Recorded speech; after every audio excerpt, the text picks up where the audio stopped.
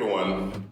Welcome to our first maiden episode of the STB Podcast, where we sit with the brightest and the bravest brains, builders and techpreneurs, shaping the African innovation story from ground up.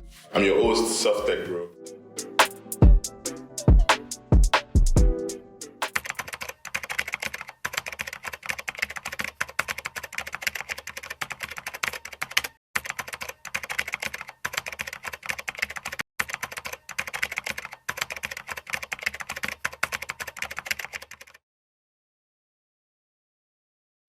And today's episode is especially interesting, particularly because of the intriguing and interesting guests we have with us today.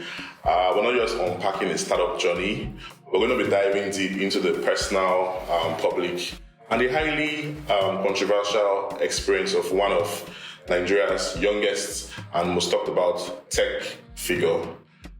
This is someone whose story was trending for a couple of times in the months. And for some reasons, all of these stories have been happening. We're hearing a lot of public debates, we're hearing a lot of silence, a lot of accusations here and there, But one thing was missing in all of this, his own side of the story. Well, that's about to change today. Joining me today is John Oseni, an entrepreneur, a developer, a CTO, as he finally breaks his own silence and shared his own side of the story. Hi, John. Welcome to STB Podcast. Great to have you here today. Happy to be here today. Awesome. Nice. Can you quickly run us through your background and a bit of your tech journey, how you get started in tech? Thank you for the question. I started at a very young age. I started at 15 years of age. That was when I started tech. Let me just say tech. That was where my passion clicked from, to go into tech. I started going to cyber cafes to learn how to write codes, bought my laptop from there. Yes, I've had a couple of people that I've worked with at some point, learning this tech stuff together. But then my vision and my mentality, or my mindset was, I don't plan to be a developer forever. I just want to use that as a stepping stone to get where I want to go to. But apart from that, making sure your name is being mentioned.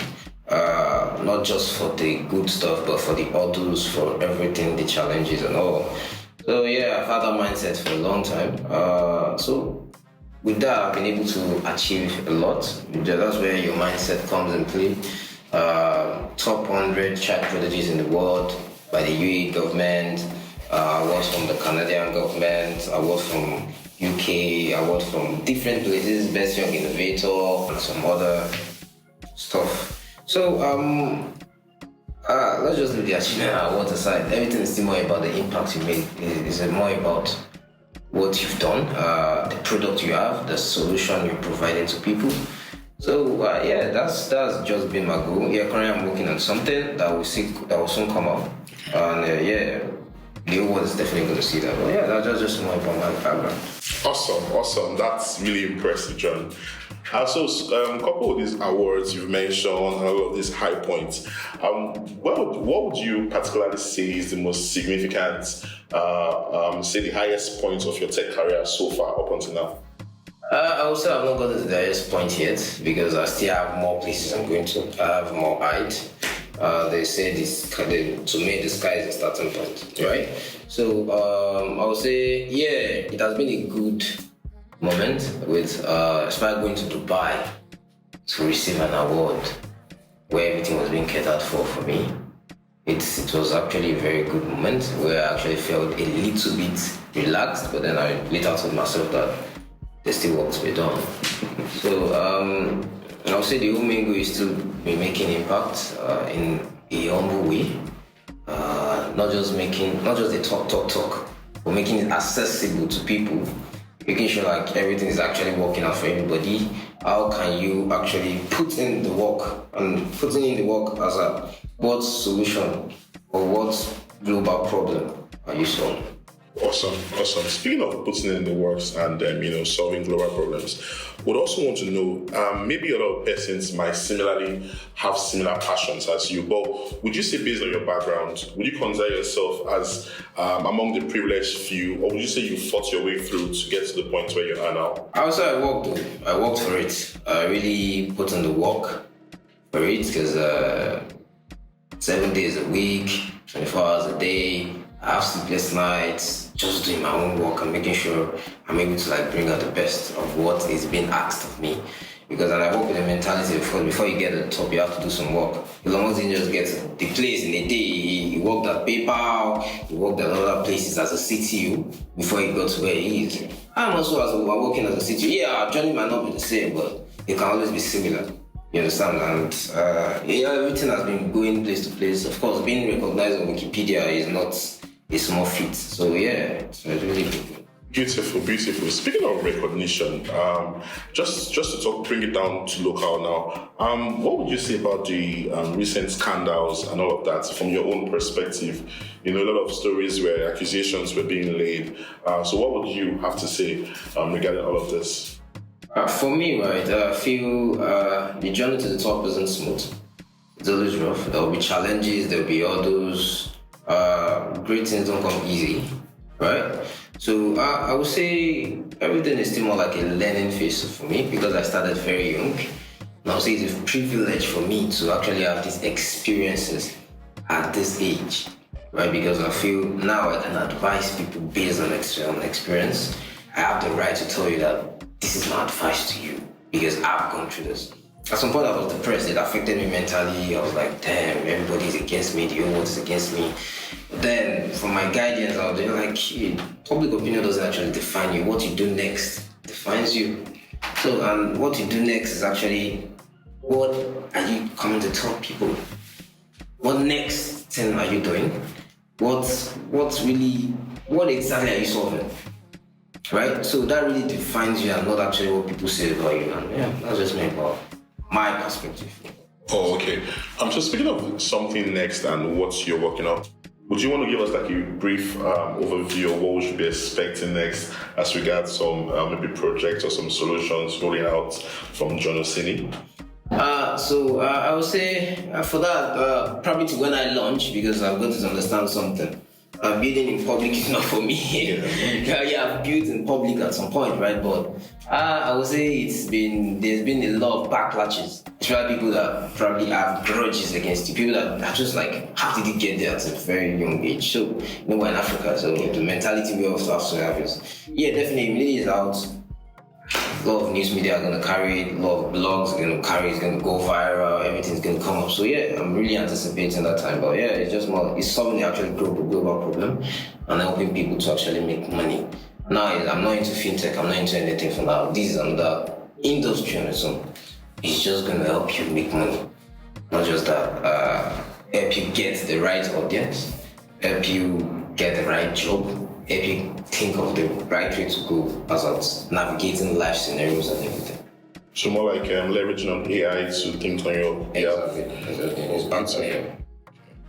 So speaking on people wanting to take advantage of you at your young age, I think during this scandal we heard about cases of maybe like petitions and maybe gotten to the point of maybe involving NSCDC. Would you want to like maybe talk a bit more on that? For that, right, I'll just bring in some key points, right? When this whole case started, it's just like you being young and people wanting to take advantage of you. So speaking on people wanting to take advantage of you at your young age, I think during this scandal we heard about cases of maybe like petitions and maybe gotten to the point of maybe involving NSCDC. Would you want to like maybe talk a bit more on that? For that, right, I'll just bring in some key points, right? When this whole case started, it's just like you being young and people wanting to take advantage of you. And all these things are meant to happen, especially when you're going to the top and you're actually a little bit fast. So for that, right, I would say yes, when the case came up, I was accused of I defrauded, I did this, I did that. I was like, what is going on? If someone is telling you something, is there documentation back in this? That was where I made mistake. Working with a co-founder, there has to be a foundation of everything. So if there's a foundation of everything, you'll be able to define what you're doing, what I'm doing, what is going on. But that was where I made mistake, and that was exploited. Right? So now there's no documentation, there's nothing, just your words. We came in, staffs I recruited by myself, that I brought into the company to come and work for me. When we made them attendant on that thing. Telling them this happened, that happened, you told me to do this, I didn't do this. I don't understand. They're only hearing your voice, they're not hearing mine. Where is the documentation? You're bringing out chat. Chat can be edited. AI is very good nowadays. I started seeing a lot about me that I myself didn't know existed. You understand? So after everything came up, what really started our issues was shares. Having issues of shares, like I said in my statement, having issues of, oh, John, let's dilute your own shares, but we own the company 50-50. We don't have a contract, but registered in Delaware, it's registered that you have, out of 10 million shares, we had, I think 3 million-ish, then the rest reserved for investors that want to come into the firm. So now you're telling me we need to dilute mine, and you want to give your own shares to someone outside. So okay, share me your profile. You don't have anything to show me. I don't understand. That's where, of course, you have to be suspicious because number one, there's no documentation. Anytime I talk about contract, you keep on telling me don't let us shoot ourselves in the leg, don't let us do this, let's just wait till when we have the product, saying I lied to people that will raise funds. We actually got people that wanted to fund us on debt. They wanted to give us debt. That okay, all we needed is, because he's the one that, okay, needed details of him. So we can go into this. I was like, yeah, why not? That for me to give up my equity, I prefer to go into debt. Because debt, you'll be able to, okay, maybe sell the company later on and return back the funds. But issues came up, you turned everybody against me, telling them, I had to protect my own integrity because I'm the CTO, I locked everybody out. Let's resolve this thing amicably first before I give you back the assets because we own it 50-50, you like it or not. Forget anything about employee. I was underemployed them. They don't have the right to go out and say, but because also I didn't have contract with those people, I didn't sign an NDA with the same employees. That's why they were able to go out and talk. But yeah, like they say, you have freedom of speech, but freedom after speech, you have to come and defend yourself for freedom after speech. So after everything carried me to civil defense, that I locked them out of this company, I did this, it's the owner of the firm, they invited me over. Because I'm sure a lot of public opinions, they jailed me or something. I think I saw that. They invited me over, they extended an invitation, and I honored the invitation. I went there, I told them my side of the story, presented my statement, I wrote a lot of statements. They printed out my bank account. They printed it with my phone. Currently in their phone. But the guy was like, no, I edited it, and I'm not to be trusted because he knows I can do a lot when it comes to tech. So they were like, come on, I did this thing myself. I was beside him when he was doing this thing. They saw everything, the way the money went, everything. And then you are like, I defrauded you. They've already checked it. They've done the checks and balances. There's really nothing there. I didn't do anything wrong. We like it or not, there was a product. You gave me a job today, I delivered on the job. It might not be complete because you wanted some other features and all, but it actually worked. When the civil defense invited me over, we tested it. I even recharged card to the civil defense officer. He saw it work. We tested the application. Everything was working perfectly. You could deposit the name, you can send money out, you can do a lot when it comes to that stuff. And then when they saw everything was actually that this thing actually works, then why don't you guys just resolve amicably, ADR, just amicably work together, do this thing. This thing is $1 billion because they know the what. This is $1 billion, but the guy was like, no, he doesn't want to do this. So where are you flaring up from? If it's not that you actually have another intention in mind, then of course human beings know how to poison people's mind. Then people went online to go and start saying this John is a fraud, he defrauded someone of $35,000. $35,000 was the money that carried the company to where it is since inception. It was money we paid third parties. In fact, we paid some third parties $3,000 a month. So do the join an addition. If you pay $3,000 4 or 5 times, as the money gone. So where are you saying I'm knowing someone? I don't know you shit. And then you call me as an employee telling me I'm supposed to pay you this, I'm supposed to. But yeah, let me just cut to the chase, right? So the guy invited me over, saw the checks and balances. The only thing I was told to do because I wasn't paid a salary right from day one. Because of course I'm a co-founder in the firm. But now you come in and say this is your company. It means you have to pay me a salary. Yeah, you've been supporting me. Okay, if I asked for something, you assess. But you told me you wanted all that assistance. You wanted it back. So now where's my own compensation? Now that I've given you all the company, because I've given you all the company details. I've released everything to you. right? I don't want anything to do with you. Just carry the sweat and go. Do you understand what I mean? Then everything just kept on. I refunded all the money he said he assisted me with. I gave it to the civil defense and said, you know what? Just take this and go. So at least I know that I can always face and that by the end there. He kept on saying, no, this. So what are you trying to drag me down? I've done everything I can for you. You say you assisted me with some money. I added everything together. I refunded you. So what are you asking me for again? And you're still going to tarnish my reputation? That thing has costed me a lot in jobs. I was a CTO at the company, then they terminated my contract. I just woke up to an email. So yeah, at some point, sometimes you get emotional because you get depressed because that thing is not like a barrier. It's like move forward, where people perspective and a lot of people to carry the people that I don't even know you. You just continue carrying stuff. You didn't make your fact and check. You just went on. Because the guy is young and you always have a doubt, you don't like the guy does this thing, it's surprising, why is he doing this, how is he able to do it? Why not forget? Wow, this is serious. Wow. I can't even almost imagine how you must have felt and going through all of this. But how are you able to keep your resolve and still stay silent throughout all this period of the accusation? How come you're able to bottle in all of this? Like I said, you'd be nervous if you're at fault. I wasn't nervous, I wasn't moved. The only thing that probably made me a little bit depressed at some point was people turning against me without actually knowing the full details. Yes, I think I also addressed the case of the affidavits. I think because they posted affidavits where, and that's like I said, a legally punishable offense because you're not supposed to release a confidential document to the public. You release a confidential document to the public with my address on it. That's very, very punishable. The affidavits came in place at the civil defense office. After I made all the refunding of the loans and stuff, I was like, oh, you know what?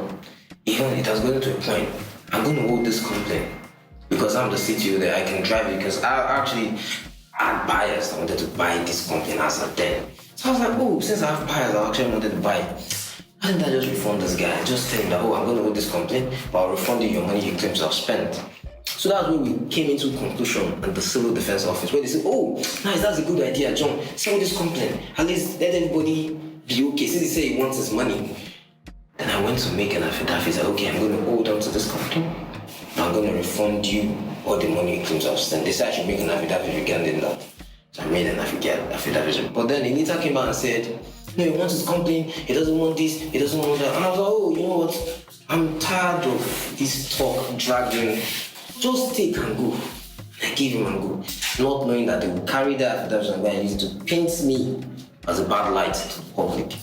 So it's been crazy for me. And as at that time, I'm a type of person, I don't rush to do things. Yes, the company I was at that time, they were like, I should release a statement, I should talk, I should sue him. I know what I was doing. Just take your time, yeah. As at that time, yeah, nobody has taken it. There's no defamation yet, there's nothing. Now there is. I have evidences that you defame me. So now come and prove it. That I defrauded you. Or I defrauded the so-called person you said I defrauded. Just come. So like it hasn't been easy, but yeah, I would say, everybody please just learn from this. Just keep on doing your thing. Document everything. Don't trust fully. No matter how close the person is to you, document. Red flags are when you keep on asking about something and the person is trying to change topic, or the person is trying to say, no, don't do this. Note it. Wow. Know how to tackle it. So just a quick one sorry to cut you short. Would you say there were particular reasons why he was not willing to come out clean about sharing his shares? Because you obviously said that you guys had sharing 50-50, and yet he was willing to sell off his own share and yet come back to you and ask you to liquidate your share. So was there a reason? Would you say you had like a reason to suspect why he would not want to, come out clean on what he was meant to do with his own part of the shares and coming to ask you to share yours 50-50 with him again? So for me, I was young as a then. I was so inexperienced. I just felt everybody has good intentions towards you. But now this is more like a lesson to me. I didn't have anything to doubt him because of we talk to each other, okay. And me, as then I was just building my own network. So as anywhere I go to, I talk about the firm. We went to the exhibition, talk about the firm, get people to sign up, letting people. I pushed this thing like damn on social media. I pushed it, and people were like, "Oh, this is coming up, this is coming up." But I didn't have any reason to doubt him as then. I didn't know about life. But right now, I do know about it. So you leveraged on your innocence. On my innocence. So if you are going out there and say, "Oh, John did this, John did that, John did this, John did that," you just come and just come. Instead of you going to just first do it legally first, then go to social media and drop an update.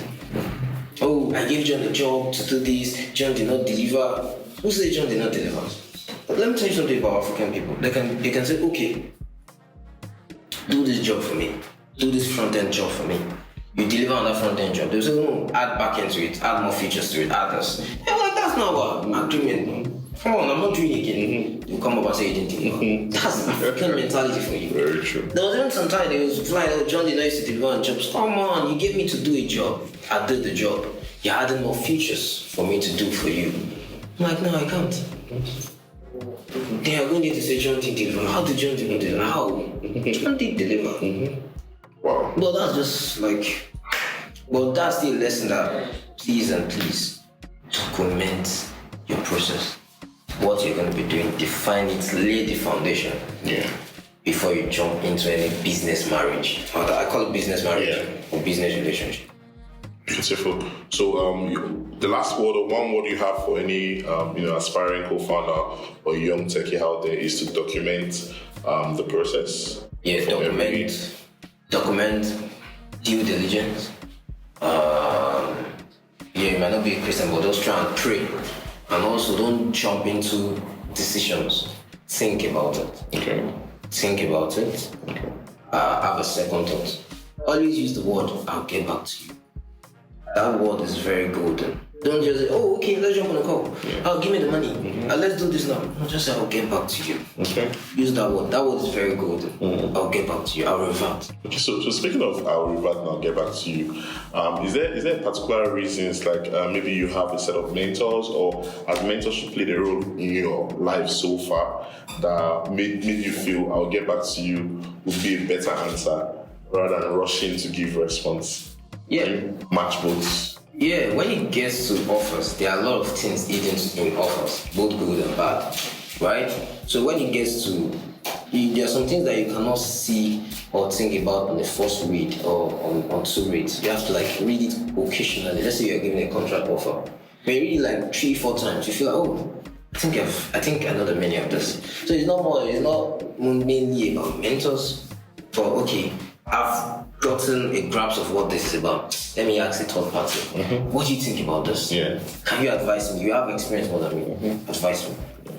But then also when you have mentors, be very careful. I've had mentors that have really rubbished me, taking me to court, asking me for over 8 figures of naira, saying I defame them. So I feel as mentors, even if you see your mentee is meant to be greater than you as a mentor, not to forever be under you. You understand? But of course, the mentality we have nowadays is, no, you are my mentee forever. Yeah. And that is not supposed to, that's not how it's supposed to be. To see your mentee be a high flyer. And when you see your mentee growing, the best thing to do is partner with him. How can you support? How can we do all this things together? But no, of course, ego, everything. Wow. Everybody wants to know, you know what, this down, you're going to be there. You're going to be under me for that. That's not possible.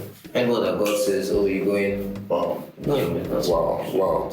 In such a short time, I must say you've had a lot of experience, the down times and the up times and everything. So in all of this, in a summary or on a closing remark, there might be those that are going through difficult times or might be even going through a similar experience. So what's your word out there for the young techies who are facing hard times, one way or the other? What's the motivating word from John Oseni? For me, right, I'll just talk from experience. Life takes its shape at some point, but just make sure you don't give up. The situations now don't define you. It doesn't define what's actually going to happen forever. It's just telling you that, okay, you have to answer that and think, what can I do next? How can I make a comeback?